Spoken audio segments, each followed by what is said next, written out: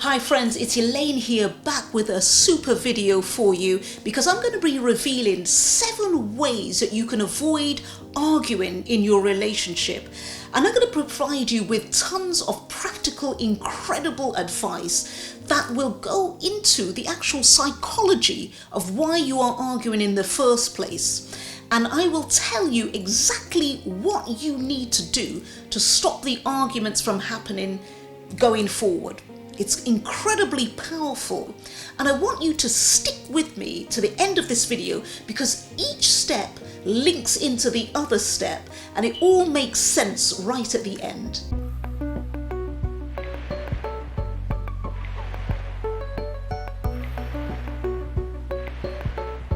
The first reason why you are arguing in your relationship is because your brain is actually hooked on being right. And HBR.org actually breaks it down in minute detail, so I'm going to explain it to you. And I'm going to set the scene here for you, because you're sitting down with your partner and you're having a conversation and it goes into a disagreement and it breaks into an argument. And your immediate reaction, your brain, it goes into the defensive mode. And when this happens, you start talking and you talk and you talk and you talk, and your brain tells you to speak even louder. So you speak even louder because you wanna win the argument. So your brain immediately, it will go into the defensive position and you start talking over your partner, and then you want to correct your partner to your way of thinking. But your partner, they push back and they disagree with you. They disagree with what you're saying. And what happens then is that your brain will automatically tell you to go into overdrive. And it does this in an attempt to convince your partner that you're right and they are wrong. And you're getting all worked up, because you feel the pressure building up in your body. And it's almost like having what's called an out-of-body experience. And HBR.org states that your brain is like it's being hijacked because you're in a very high-pressured and stressful situation, and the neurotransmitters in your brain, the cortisol, which is the main stress hormone in your brain, actually floods your brain. And when this happens, your natural positive thought process, which you need to build, to talk strategically, to be compassionate, actually it shuts down.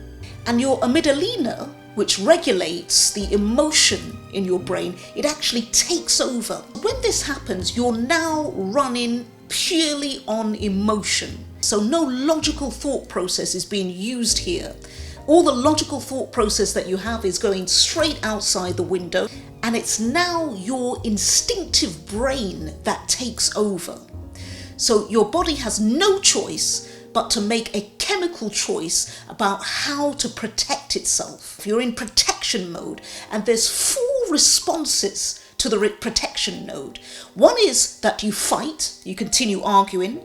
Flight, that you take off, that you say, okay, no more argument.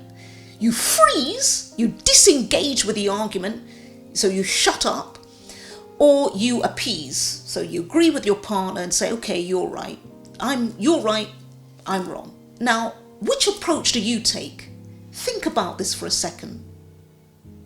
And while you're thinking about it, I would just like to say that if you're enjoying this video, if you're enjoying the content and getting any value out of it at all, please subscribe, like, and share this video.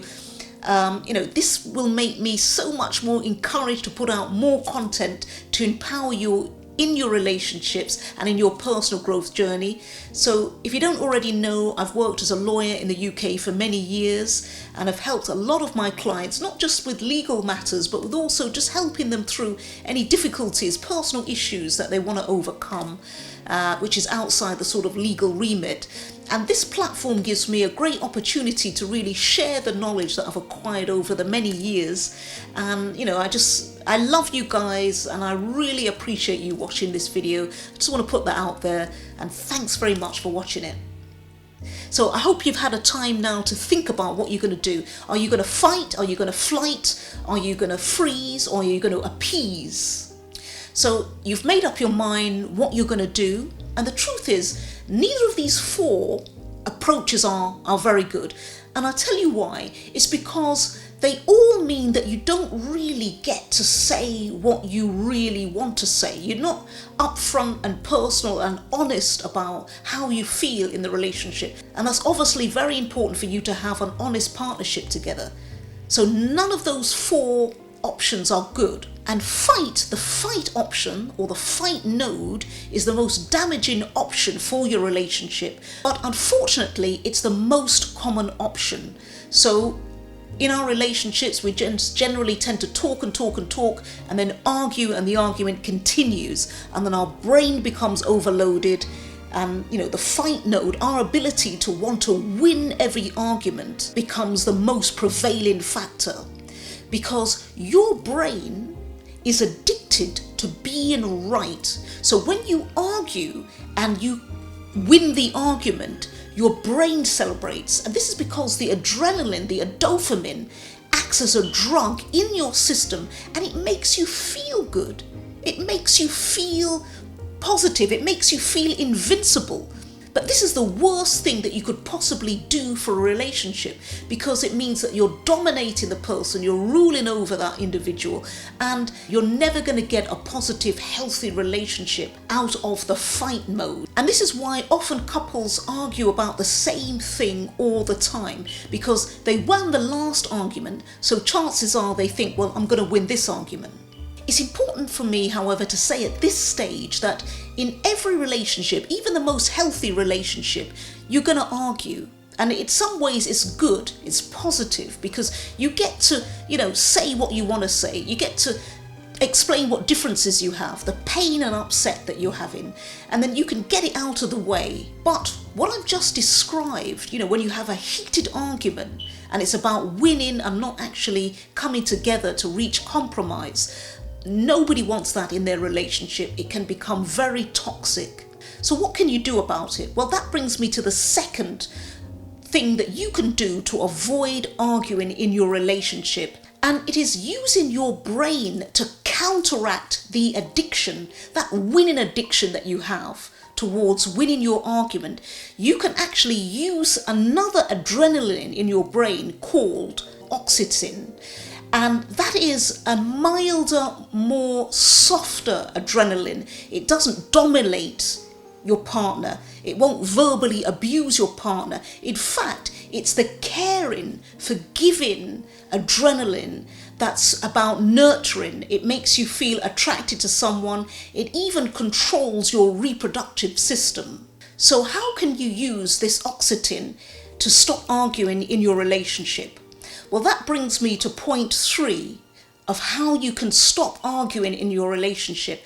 And that is, the first way is you can set rules of engagement. So when you sit down with your partner and you've got a fair idea that there's going to be an argument, what you say to your partner, you begin by explaining that you should give each other 5 minutes to speak. And after that 5 minutes, the person has spoken, you then speak.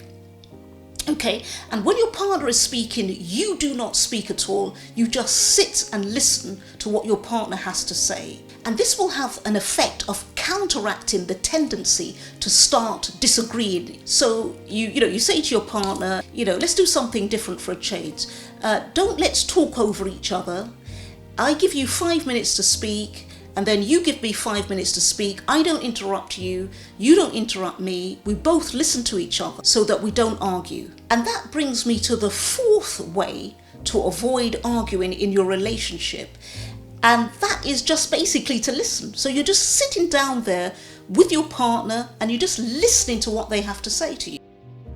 But if your partner breaks the 5 minutes, so he talks over the 5 minutes or she talks over the 5 minutes, you just sit there and let them talk, and you don't say anything at all. Because the nature of who we are as people is that we love to be heard.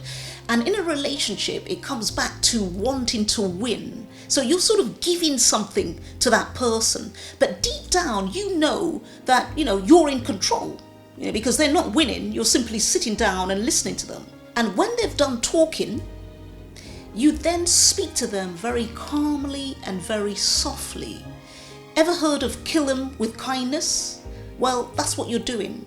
Because when you do this, you'll find that they'll start to open up to you and express how they really feel, what's really on their mind. Are they feeling disrespected, devalued? Are they jealous? Do they distrust you? What's going on in your relationship? And I know it takes a lot of patience. It's not going to be easy, but listening, you'd be surprised how amazing it works. Because when you use reverse psychology with your partner, they'll begin to trust you more because they will feel that you're genuinely interested in them. And this brings me to the fifth way that you can stop arguing in your relationship, and that's knowing when you should apologize. Now, if you know that you've done something wrong to upset your partner, then the fastest way to avoid an argument is just to apologize. So the sooner that you do it, the better. And you should apologize even if you think you're right, because when you apologize, it actually takes the sting out of an argument. And then you can go forward and start caring about each other in the relationship. And it also takes the win, the need to win, that addiction that the brain has, the need to win out of the relationship. Because as I said, your brain is hooked on being right. Your partner's brain is hooked on being right. So when you apologize right from the start and say, look, it's my fault and I'm really sorry, I apologize to you, then it sort of leaves them thinking, well, I was going to argue with you, but I don't really know what to say to you now. And the great thing about dealing with arguments in this way is that, you're not exactly saying they're right. You're just apologizing to stop the argument. And that brings me to the sixth way to stop arguing in your relationship. And that is again using reverse psychology. And that is to agree with them this time. Okay? So apology, you don't necessarily have to agree. And if the argument stops, then leave it there. But if the argument continues, then you can go the other step and actually apologize, even if you think you're right and they're wrong. Now, you might be thinking, why should I really agree with them if they're not really right? As I say, it takes the kick out of the argument. It makes them think that they've already won, that you know that you're in control. But there is a rider to this. If your partner is accusing you, for example, of having a relationship with someone and it's not true, then you might not want to use this technique. I would say that the best technique for you to use is just to basically let them talk. So you're sitting down and you're sitting down calmly and you're just listening to what they're saying. And you let them talk and talk and talk until they've stopped. And when they've stopped, you speak very calmly to them and get your point across.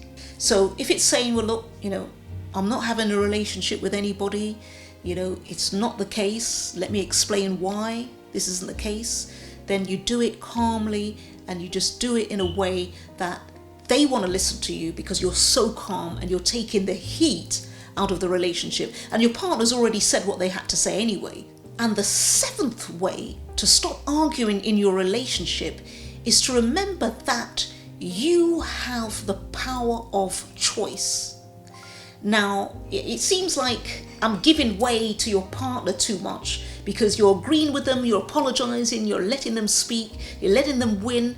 But the reality is, you have the keys and they can't drive you crazy if you don't give them the keys. Remember that you are ultimately in control and you are responsible for your own happiness, you are responsible for your own actions, and you're responsible for your own emotions. And you take control of what is happening to you. So if it means that your partner argues and argues and argues and you leave the room, okay, then that's what happens because you're not in a toxic relationship. You choose not to be in a toxic relationship. You are in the driving seat and you can ultimately walk away if you have to. I hope this video helps you avoid arguments in your relationships. Thanks for watching this video. I'd like to thank you so much for watching.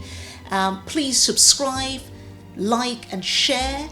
I love you very much. I hope I can continue empowering you on your personal growth journey and in your relationships. Leave a comment below if you think I can improve on this video in any way, shape or form. Love you very much. Appreciate you. See you next Sunday when the next video comes out. Take care for now.